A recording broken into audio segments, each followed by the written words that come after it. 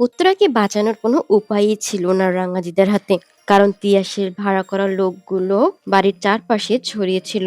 রাঙাদিদা বন্ধনকে call করে জানিয়ে দেয় তার মাকে যেন বাঁচায়, তার মাকে যে বিয়ে দিয়ে দেওয়া হচ্ছে। বন্ধন মা না ভাবতেও পারে, কিন্তু রাখি তো নিজের মাই ভাবে রাখির মাকে যেন সে বাঁচাতে আসে।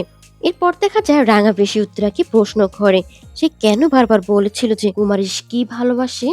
এরপর শেষবারে কুমারেশকে কুমারেশ দাকেই ভালোবাসে কেন বলেছিল। তাহলে কি পাড়ার লোক কিন্তু এখনো বলা বলি করে উত্তরার চরিত্র নিয়ে। উত্তরা থামিয়ে দেয় রাঙা পিসিকে, এই নিয়ে যেন একটা কথাও বলে না। সে কুমারেশ কি ভালোবাসে, কুমারেশ কি। এর মধ্যে উত্তরার দাদা বৌদি এসে হাজির হয়ে যায়। উত্তরা দেখে ভীষণ খুশি হয় এবং তাদেরকে বলে তাকে বাঁচাতে নিয়ে যাওয়ার ব্যবস্থা করতে। কিন্তু সঞ্জয় দময়ন্তী জানায় তাদের হাতে আর কিছুই করার নেই, কারণ তিয়াসের ভাড়া করা লোকগুলো যে চারপাশে ছড়িয়ে রয়েছে। উত্তরাকে যে এই বিয়েটা করতেই হবে। উত্তরাকে বউ সাজানো হয়। এদিকে সঞ্জয় তিয়াসকে বলতে থাকে টাকা সম্পত্তির ভাগ তো অর্ধেক দিবে বলেছি, তাহলে তিয়াস এটা কেন করছে। এই মুহূর্তে তিয়াসের উত্তরাকে বিয়ে করাটা একদমই উচিত হচ্ছে না। এই একটা ভুল সিদ্ধান্ত অনেক কিছু বদলে দিতে পারে। কিন্তু তিয়াস জানায় সে উত্তরাকে বিয়ে করছে এটা শুধুমাত্র একটা টোপ।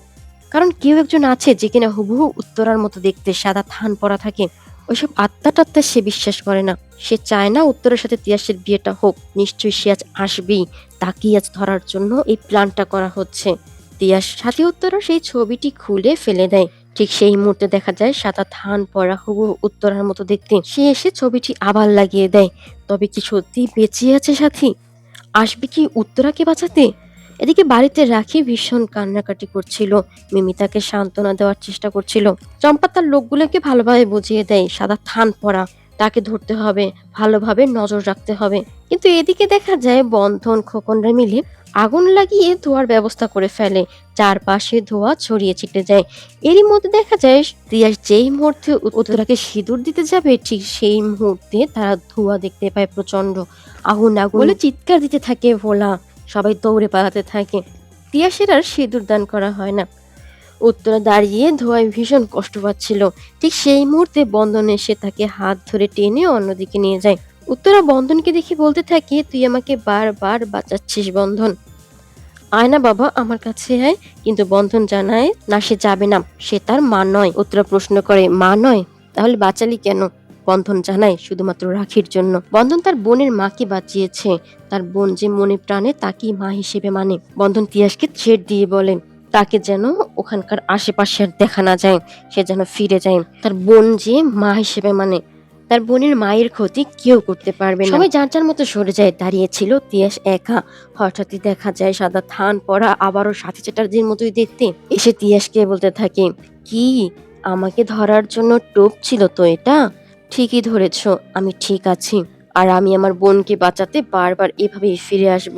বলে তিয়াসকে লাঠি দিয়ে আবারও সজোরে আঘাত করে সে। বাড়িতে ফিরে রাখিকে কোলে তুলে নেয়, ভীষণ আদর করতে থাকে।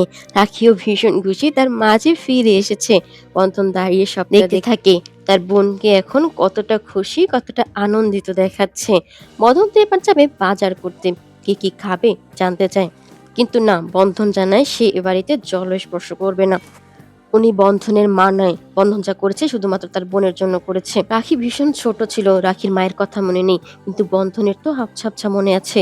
বন্ধন তার মায়ের কোলে কত থেকেছে, কত গল্প বলেছে তার মা। তারপর যখন মৃত্যুর খবর এলো সবকিছুই তো বন্ধনের মনে আছে।